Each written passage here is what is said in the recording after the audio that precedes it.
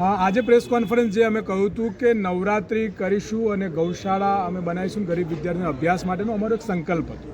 નવરાત્રિના ખર્ચને લઈને આજે પ્રેસ કોન્ફરન્સ શું આવ્યું, શું ગયું, કોની શું સેવા મળી એના માટે કરવામાં આવી હતી। કારણ કે અમે પ્રજા થકી જે પણ ફંડ આવે છે પ્રજામાં કઈ રીતે ડિસ્ટ્રીબ્યુટ લોકોમાં થઈ શકે એની વ્યવસ્થાના ભાગરૂપે કમિટી છે અને અમારું પારદર્શકતા અને પ્રામાણિકતા એ અમારો સંકલ્પ છે, અમે છોડવા નથી માંગતા।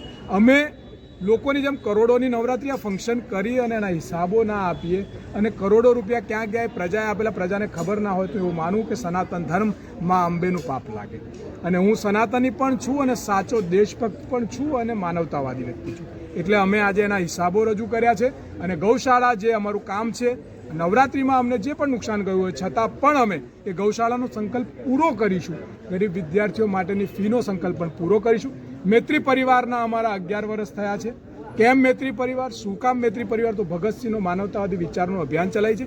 તમામ અલગ અલગ ફિલ્ડના લોકો, ડૉક્ટર, એન્જિનિયર, એડવોકેટ, પ્રેસ મીડિયાના લોકો, પ્રોફેસર, પ્રિન્સિપાલ, તમામ લોકો અહીં ભેગા થાય છે અને તમામ લોકો કઈ રીતનો સહયોગ આપી અને આ મૈત્રી પરિવારનું અભિયાન ચલાવે છે એની પણ અમે આજે પ્રેસ વાર્તામાં બતાવ્યું હતું। આ કોઈ રાજકીય નહીં, તમામ ધર્મ, તમામ રાજકીય પક્ષના તમામ લોકો અહીં આવે છે, મળે છે, જમે છે, દેશ અને સમાજ માટેની સારા વિચારોની ચર્ચા થઈ અને જાય છે। અમારું 11મું વર્ષ છે, એ પણ અમે માહિતી આપી છે, એ પણ અલગ અલગ લોકોના યોગદાનથી આ સમગ્ર કાર્યક્રમ થાય છે।